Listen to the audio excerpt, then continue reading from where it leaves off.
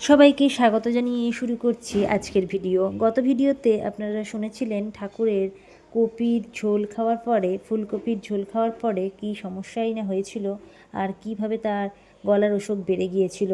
এই প্রসঙ্গে ডাক্তারবাবু এসে যখন বললেন যে ওই ঝোল খাওয়ার ফলেই ঠাকুরের এই অসুখ বেড়েছে, তখন ঠাকুর বিশ্বাস করতে পারলেন না।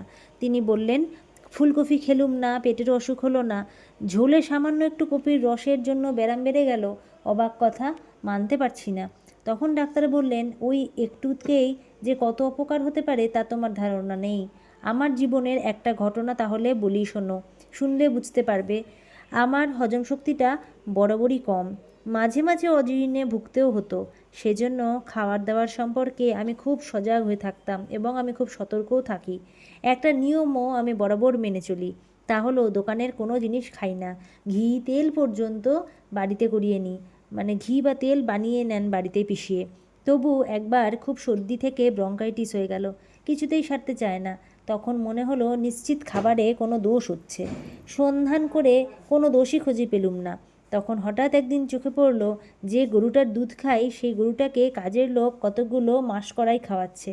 জিজ্ঞেস করে জানলুম কোথা থেকে কয়েক মণ ওই কড়াই পাওয়া গিয়েছিল।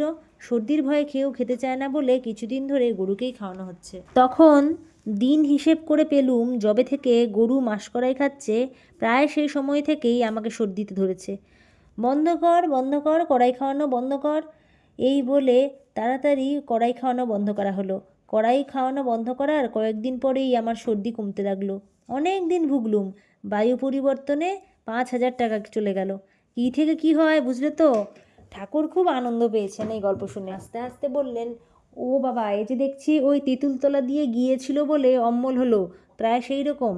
ঘরে যারা ছিলেন তারা সবাই হাসছেন। বোঝার উপায় নেই যে অসুখ না উৎসব। মানে এখানে কি অসুখের জন্য কোনো রুগী দেখতে ডাক্তারবাবু এসেছেন, নাকি মজার উৎসবে কোনো অংশগ্রহণ করেছেন? সবাই হাসাহাসি এমন করছে। ওই যেমন বলে দিয়েছেন, রোগ জানুক আর দেহ জানুক, থাক শালার দেহ একা পড়ে, মন তুই পালিয়ে আয়, ভ্রমরের মতো মজে থাক শ্যামাপদ নীলকমলে। যেমন বলেছিলেন, থাক শালার আমি দাস আমি হয়ে। ঠিক আজকের এই গল্পটি অনেকের ভালো লাগবে।